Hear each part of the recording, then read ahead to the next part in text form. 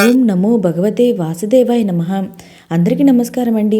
2025 సంవత్సరం నవంబర్ 2వ తేదీ అనగా ఆదివారం రోజున క్షీరాబ్ది ద్వాదశి అయితే ఉంది కదండి.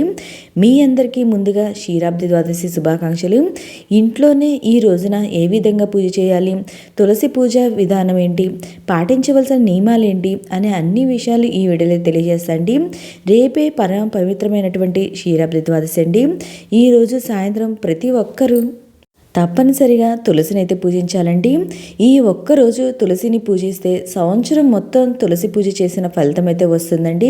కార్తీక మాసం శుక్లపక్షంలో వచ్చే ద్వాదశిని క్షీరాబ్ది ద్వాదశి అంటాము. కార్తీక మాసంలో వచ్చే ఈ క్షీరాబ్ది ద్వాదశి చాలా పవిత్రమైన రోజండి. కార్తీక మాసంలో పూజలు చేసే వాళ్ళు ఈ ద్వాదశి రోజున ఖచ్చితంగా ఇంట్లో తులసి నారాయణల పూజ అయితే చేసుకోవాలండి. కార్తీక మాసం నెల రోజులు పూజ చేయలేని వారు ఈ పవిత్రమైన ద్వాదశి రోజున విష్ణుమూర్తిని మరియు లక్ష్మీదేవిని పూజించాలి. ఎందుకంటే ఈ పవిత్రమైన ద్వాదశి నాడు తులసి విష్ణుమూర్తికి వివాహం అయితే జరిగిందండి.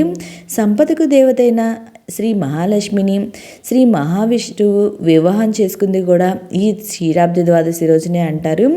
అందుకు కావున ఈరోజు చేసే పూజలకు లక్ష్మీనారాయణ అనుగ్రహంతో పాటు విపరీతమైన ధనయోగం అయితే సిద్ధిస్తుందండి.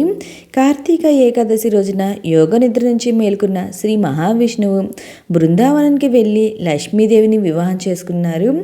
ఈరోజు లక్ష్మీనారాయణలు కలిసి భూలోకానికి వస్తారండి. కాబట్టి ఈ పవిత్రమైన ద్వాదశి నాడు విష్ణు స్వరూపమైన ఉసిరి చెట్టుకు అలాగే మహాలక్ష్మిగా భావించే తులసికి కళ్యాణం జరిపిస్తాము. ఈ ద్వాదశి రోజున శ్రీ మహావిష్ణువు దంపతులిద్దరూ భూమిపై తిరుగుతూ తన భక్తులు చేసే పూజలను చూస్తూ శ్రీ మహావిష్ణువు సంతోషపడతారండి. మన కోరికలన్నీ సులభంగా నెరవేరుస్తారు. కాబట్టి ఈ పవిత్రమైన క్షీరాబ్ది ద్వాదశి రోజున ఎవరైతే ఇంట్లో పూజిస్తారో అలాంటి వారికి జీవితంలో డబ్బుకు లోటు ఉందండి. జీవితాంతం అష్టైశ్వర్యాలతో జీవిస్తాము. ఈ క్షీరాబ్ది ద్వాదశి నాడు శ్రీ మహావిష్ణువుని లక్ష్మీదేవిని ఎలా పూజించాలి, సాయంత్రం తులసి దామోదర పూజ ఎలా చేయాలి, పాటించవలసిన నియమాలు ఏంటి ఇప్పుడైతే తెలియజేస్తండి.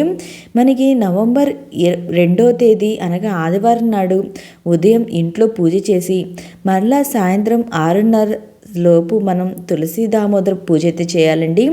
ఈ ద్వాదశి రోజున స్త్రీలు ఉదయాన్నే నిద్రలేచి తలంటి స్నానం ఆచరించాలి. పూజ గదిలో ఉన్న లక్ష్మీదేవి పటాన్ని, విష్ణు స్వరూపమైన వెంకటేశ్వర స్వామి పటాన్ని పూలతో నిండుగా అలంకరించుకోవాలండి. ఎరుపు రంగు పూలు అంటే లక్ష్మీదేవికి చాలా ఇష్టము. అలాగే పసుపు రంగు పూలంటే విష్ణుమూర్తికి ఇష్టమని కాబట్టి మీకు అందుబాటులో ఉంటే చక్కగా అలంకరణ అనేది చేసుకోవాలండి. ద్వాదశి రోజున దీపారాధన చేసేవాళ్ళు పిండి ప్రమిదల్లో దీపారాధన చేస్తే చాలా మంచిదండి. అలాగే ఆవు నెయ్యితో దీపం వెలిగిస్తే ముక్కోటి దేవతల ఆశీర్వాదం కలుగుతుందంటారు. తులసి మొక్కలో లక్ష్మీదేవి కొలువై ఉంటుంది.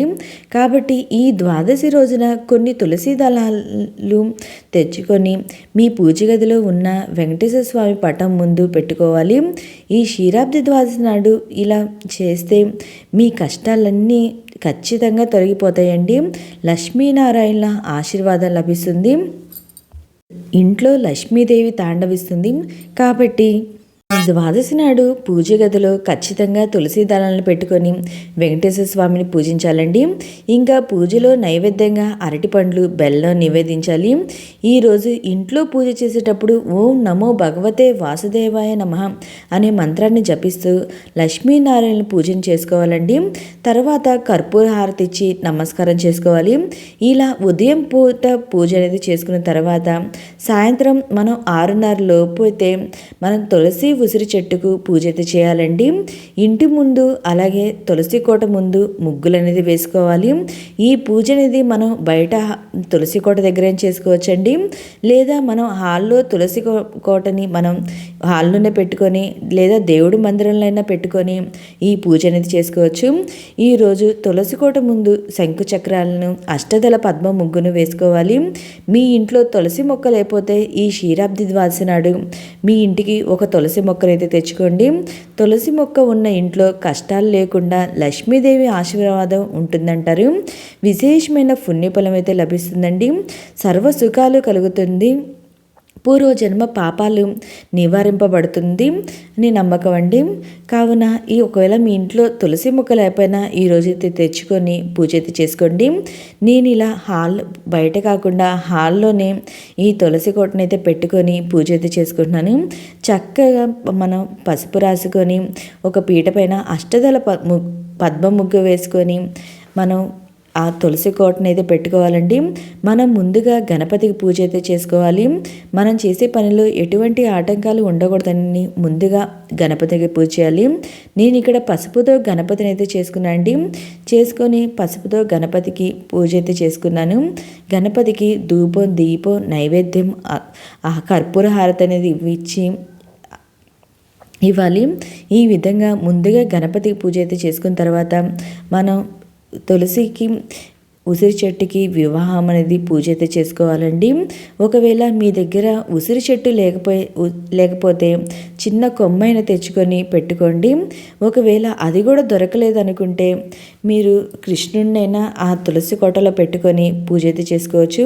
ఒకవేళ మాకు తులసి చెట్టు దొరకలేదండి, మా దగ్గర లేదు అనుకునే వాళ్ళు మనకి ఇత్తడిది కానీ వెండి కానీ ఇప్పుడు తులసి ప్రతిమలు అయితే వస్తున్నాయి కదండి, అవైనా పెట్టుకొని మనం పూజ అయితే చేసుకోవచ్చు.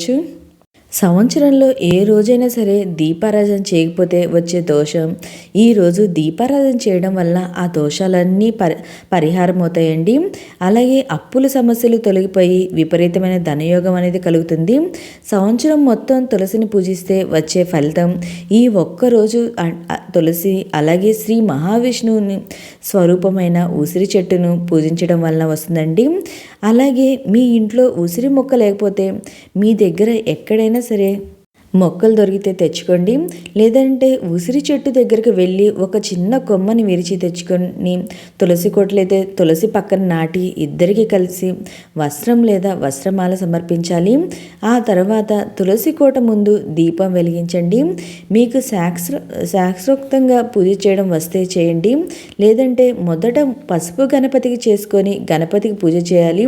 ఆ తర్వాత స్వామి అమ్మవార్లను ఆహ్వానం చేసుకొని గంధం, కుంకుమ, పూలు, అక్షింతలను సమర్పించి సంకల్పం చెప్పుకోవాలి.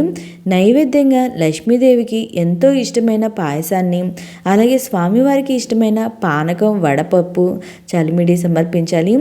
అలాగే ఈరోజు మీ ఇంట్లో చిన్న కృష్ణుడి విగ్రహం ఉంటే లేదా వెంకటేశ్వర స్వామి విగ్రహం ఉంటే బృందావనంలో ఉంటే తులసి కోటలో ఉంచి పూజిస్తే చాలా మంచిదండి. ఈ పూజను మీరు తులసి కోట దగ్గర చేసుకోవచ్చు. లేదంటే తులసి కోట తీసుకొని వచ్చి పూజ గదిలో కానీ హాల్లో కానీ ఉంచి పూజ అయితే చేసుకోవచ్చండి. అలాగే ఈరోజు ఉదయం నుండి సాయంత్రం వరకు ఉపవాసం ఉండి సాయంత్రం పూజ అయిన తర్వాత భోజనం చేస్తే మంచిది. ఈరోజు తులసి ద్వాదశి స్తోత్రం, విష్ణు సహస్రనామాలను చదివితే మంచిదండి. నేను ఇక్కడ పిండి ప్రమిదలైతే చేసుకున్నాను. ఇంకా ఈరోజు ఉసిరి దీపాలు కూడా వెలిగిస్తారండి. మీరు ఇక్కడ ఉసిరి దీపాలు కూడా వెలిగించవచ్చు. నేను ఇక్కడ ఉసిరి దీపాలు, పిండి దీపాలు వెలిగించుకున్నా అండి. అలాగే ఈరోజు తులసి ద్వాదశి స్తోత్రాలు, విష్ణు సహస్రనామాలు చదవడం రాకపోతే కనీసం వినడమైనా చేయండి. అలా చదవలేని వారు శ్రీ తులసి దామోదర స్వామినే నమః అని చెప్పుకుంటూ పూజ అయితే చేసుకోవచ్చండి. లేదా ఓం శ్రీ లక్ష్మీనారాయణాయ నమః అనుకుంటా పూజ చేసినా కూడా విశేషమైన ఫలితాలు అయితే కలుగుతుంది.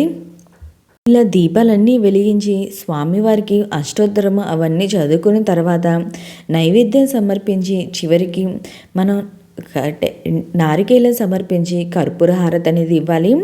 ఈ విధంగా మనం తులసికి, ఉసిరి చెట్టుకి పూజ అయితే చేయాలండి. ఈ విధంగా నేను ఇక్కడ నా తోచిన వాటిలో, నా దగ్గర ఉన్న వాటిలో ఇలా తేలికగా పూజ అయితే చేసుకున్నా అండి. మీ దగ్గర ఏముంటే వాటితో అయినా ఇలా స్వామి అమ్మవార్లకి పూజ అయితే చేసుకోండి. ఈరోజు తులసి ఉసిరి స్వరూపంతో పూజిస్తే అది వైకుంఠంలో ఉన్న లక్ష్మీనారాయణకు తప్పకుండా చేరుతుందండి. లక్ష్మీదేవి అనుగ్రహంతో ఇంట్లో సకల సంపదలు, అష్టైశ్వర్యాలు, ఆయుర ఆరోగ్యాలు కలుగుతాయండి. ఈ విధంగా క్షీరాబ్ది ద్వాదశి రోజున ఉదయం ఇంట్లో పూజ చేసుకొని మరలా రోజంతా ఉపవాసం ఉండి మరలా సాయంత్రము తులసికి ఉసిరి చెట్టుకి పూజ చేసుకొని తర్వాత ఉపవాస విరమణ అనేది చేయాలండి. ఇలా పీఠంలాగా ఏర్పాటు చేసుకున్న తులసి చెట్టుని ఎప్పుడు కదిలించవచ్చు అంటే మనం తర్వాత రోజైతే కదిలించాలండి. మన స్వామివారి దగ్గర పూజలో పెట్టుకున్న పిండి ప్రమిదల్ని ఏం చేయాలి, ప్రమిదల్ని ఉసిరికాయలని ఏమి చేయాలంటే మనం పారే నీటిలో వాటిని అయితే వేయొచ్చండి. ఇంకా మీకు ఏమన్నా సందేహాలు ఉంటే ఈ పూజకి సంబంధించి నా కమెంట్ బాక్స్లో కమెంట్ పెట్టండి. ప్రతి ఒక్కరికి రిప్లై అనేది ఇస్తాను. మీకు ఈ వీడియో నచ్చినట్టయితే లైక్ చేయండి, మీ ఫ్రెండ్స్ అండ్ ఫ్యామిలీ మెంబర్కి షేర్ చేయండి. ఓకే అండి, థ్యాంక్ యూ ఫర్ వాచింగ్.